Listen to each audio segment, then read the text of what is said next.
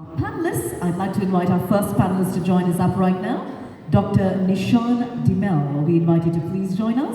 Dr. Nishan De Mel is the Executive Director of Verite Research, a Colombo-based, non-partisan think tank providing analytical research and advisory services on economic, political and legal issues in Sri Lanka and Asia. Dr. De Mel holds a master's and doctoral degrees in economics from the University of Oxford, UK, and a Bachelor of Arts degree in economics from Harvard University, USA. Our next panelist is Mr. Sujiva Senasinghe. We invite him to please join us up.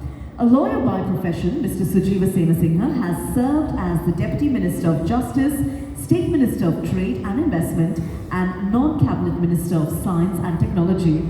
He played a key role in crafting Sri Lanka's national export strategy and currently serves as Senior Vice President of Samagi Janabalawegaya as well as Head of the Presidential Campaign Management.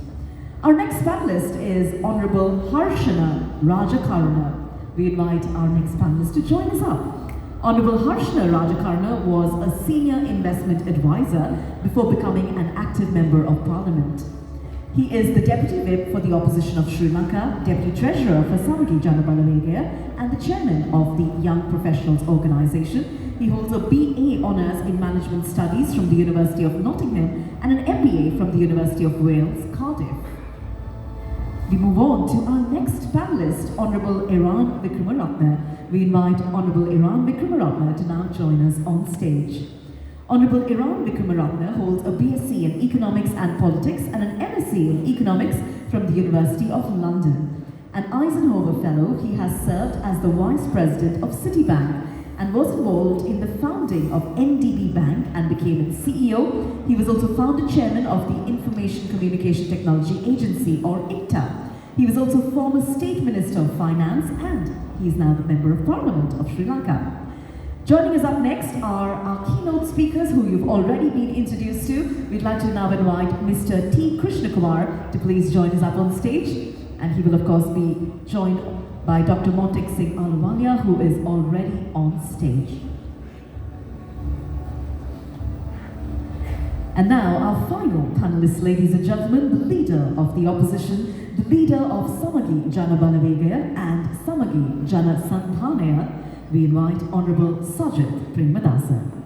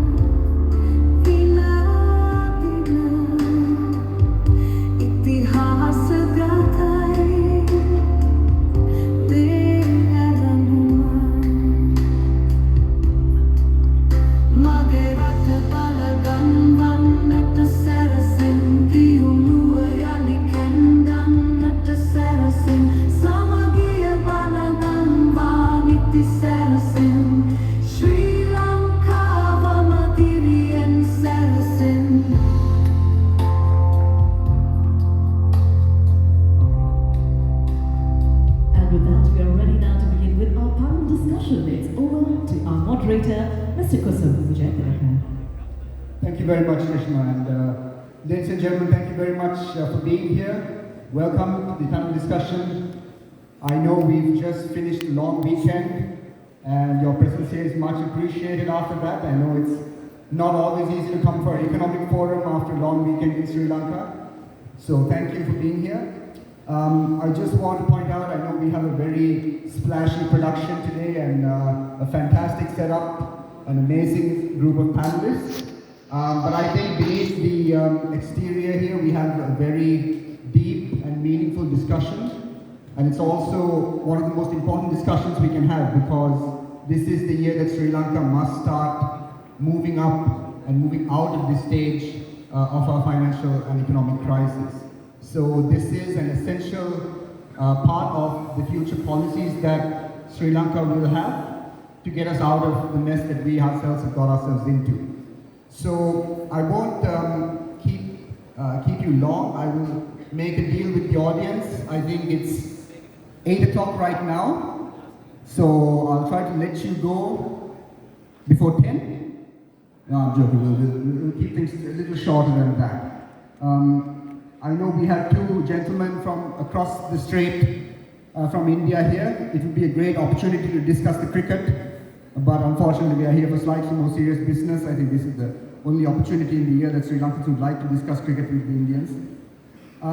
So I will direct the first question. So ladies and gentlemen, we've received quite literally hundreds of questions from you, the audience, so thank you very much for your interaction. I can no longer take any more questions, but please send them on, because we'll have more panels in the future and we'd like to see and hear from you all.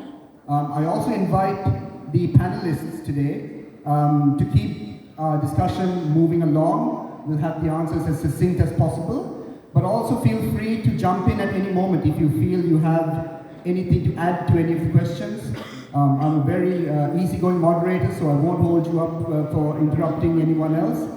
But let's try to not interrupt the other speakers, but also interject if you need to make a point. And please have an open discussion amongst the panelists as well as towards the audience. So the first question I'll direct to Dr. Ahluwalia, if you don't mind, sir. You mentioned the global context that we are in right now. You mentioned, for example, some of the Western countries and their protectionism, industrial policies that they're going on. So, in short, the global economic context is challenging. Just a few weeks ago, we saw markets across the world reacting to the US jobs reports and questions of a recession. The United States is one of our main trading partners as well. How do you see the upcoming global economy and the trajectory of the global economy, and how does Sri Lanka manage our exit from this crisis and into a growth spurt, considering the global context? Well, on the global economy, I think there are different views, but everybody emphasizes that there are downside risks.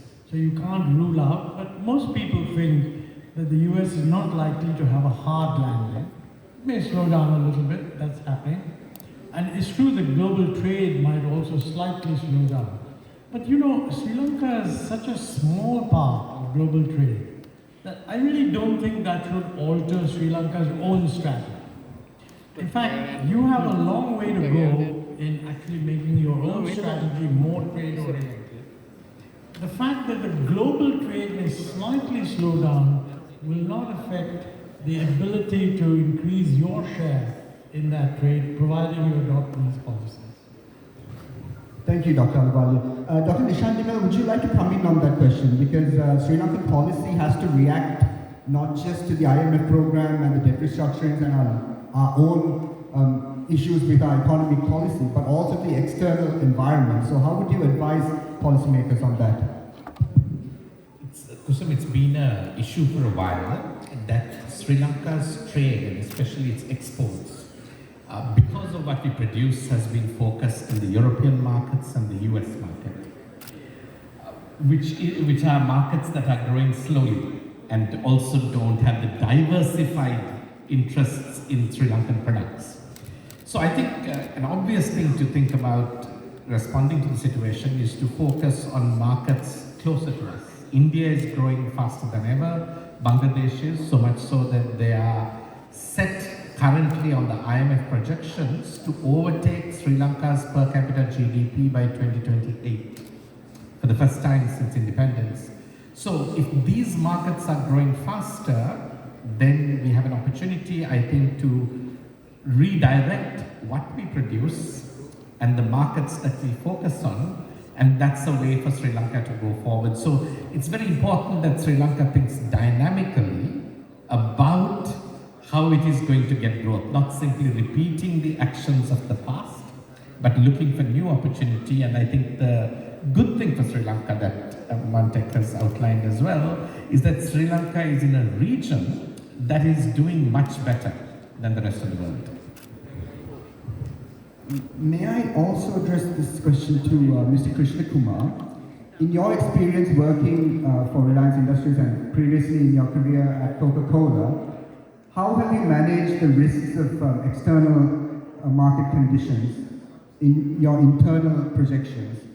How do you adjust when there's volatility in the global market? Because Sri Lanka depends so much on our exports, but if our export markets are volatile, we might be in a little bit of trouble. So could you give us some ideas on this? See, I think I agree with you, but I subscribe to the point that the region per se is not going to do so badly. I mean, India, I don't see any chance of it really terribly slowing down. I think the growth will be sustained. And Bangladesh has been an economy which has been constantly moving. So I think what is important is for Sri Lanka to understand what its strengths are in using these opportunities which are there, which are growth driven. And that is something which I think in my previous organization we used to do, because it was one of the most global organizations. You take it or leave it at any point of time, 50% of the world is not okay. 25% of the world is just sort of okay, and 25% of the world is very good. So how do you maximize that 25%, hold your head above in the rest of the 25% and really manage the rest of the balance 50%? That's the game. When you get into a global business, you're never going to have everything right across the world. And that is where even in my address, I said that the opportunity for Sri Lanka is really in this region, which is India, Bangladesh, definitely big markets. Thank you, sir. So, ladies and gentlemen, as you all know, Sri Lanka is undergoing our 17th IMF program at the moment. Now, India also has some experience with the IMF. There's some 7 programs that the India has done historically. But your last program was in the early 1990s. So since the 1990s, India has not had to have any major borrowings from the IMF. So before I bring in the leader of the opposition, I just want to ask Dr. Aluwalia if you can give us some tips on how India managed to stay away from the IMF. For now, it's been close to 30 years that you haven't really had to approach the IMF. Despite all the challenges that India has had, how have you managed to stay away from our dear friends at the IMF?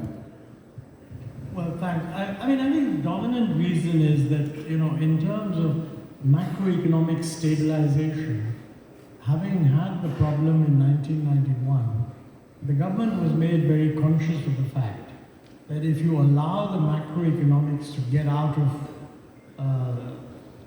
control, then you become very vulnerable. And I think successive governments in India have been aware of that fact, and they've also, I mean, we put in all kinds of things like a Fiscal Responsibility Act and this and that. These things never work perfectly, but they are a guide. And when you put that in and your fiscal deficit goes beyond the limit, then signals start going within and people start warning. And the rest of the world warns that, look, I mean, you want to downgrade. We were every government in India since 1991 has been very concerned that there should be no downgrading of India. In fact, our current feeling is it now should be upgraded, given that the rest of the world is in so much difficulty, and maybe it will be. But I think sound macroeconomic management is what prevents you from getting to the IMF, being pushed to the IMF. Remember, the IMF is not something that you go to because your growth rate is low. I mean, if your growth rate is low, that's bad. But if your macroeconomics is stable, then you don't have to go to the IMF. Your real challenge is how you raise the growth rate. And you don't raise the growth rate by destabilizing the macroeconomic. You do the kind of economic reforms and investment reforms and other policy changes that will raise the growth rate. Thank you, sir. May I just push that question to the leader of the opposition. Dr. Ahluwalia talks about, strong fiscal management. So can the leader of the opposition give us a little bit of an idea into how a future SJP government will manage the fiscal equation with the risks that we have in Sri Lanka? We've had so many decades of a negative fiscal position. So how would an SJP government go about this? As far as fiscal policy is concerned, we are very well aware of the constraints, limitations, and the fiscal space that exists. We have to be much more strategic in allocating funds, what aspects we are going to prioritize. We have to make sure that we invest resources and funds which will provide the country and its people with a positive rate of return. So as far as fiscal policy is concerned, it is something that we have to manage very carefully and very scrupulously. Having said that, I would like to take this opportunity to negate some of the false propaganda that has been thrown around of the fact that some sort of instability will be created if we come into power, because in fact we hope to renegotiate the IMF agreement. First thing is that I want to allay any fears that one may have. We are going to work within the system. The International Economic Order of the Day dictates that we work with the existing international financial institutions in order to ensure that Sri Lanka as a country extricate itself from this situation of disaster. So we will work with the IMF.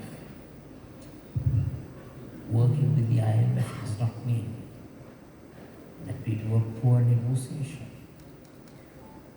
that we forget the expectations, the desperate situation that the people face, and we take the human factor out of the equation and we do a very technical negotiation. That should not be the case. When negotiations take place, we have to take in the human factor.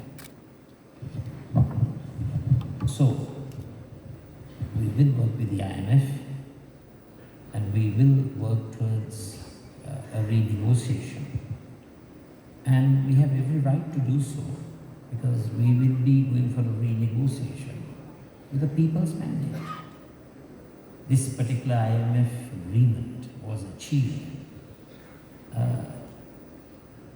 through an administration that came into power through a very warped mandate, lopsided mandate. The very same who were responsible for taking Sri Lanka into bankruptcy voted in an interim leadership. And unfortunately, the mandate that was provided for this administration, it's a lost mandate, it's an irrelevant mandate. So a deal that has been negotiated through a warped mandate is not something that we are going to stand by. But of course, we will work with the IMF, we will work with the international financial institutions, and we will ensure that stabilization is one of a number of priorities, but stabilization with growth, not stabilization achieved through constricting the economy, making lives small. making the economy small. That's not the way to go. We fervently believe that we have to grow ourselves out of the problem. Now, a lot of utterances are made about achieving normalcy. Normalcy at what cost? Normalcy at the cost of more than 260,000 micro, small and medium-sized enterprises closing down. Millions joining the unemployment line. Many youth leaving the country.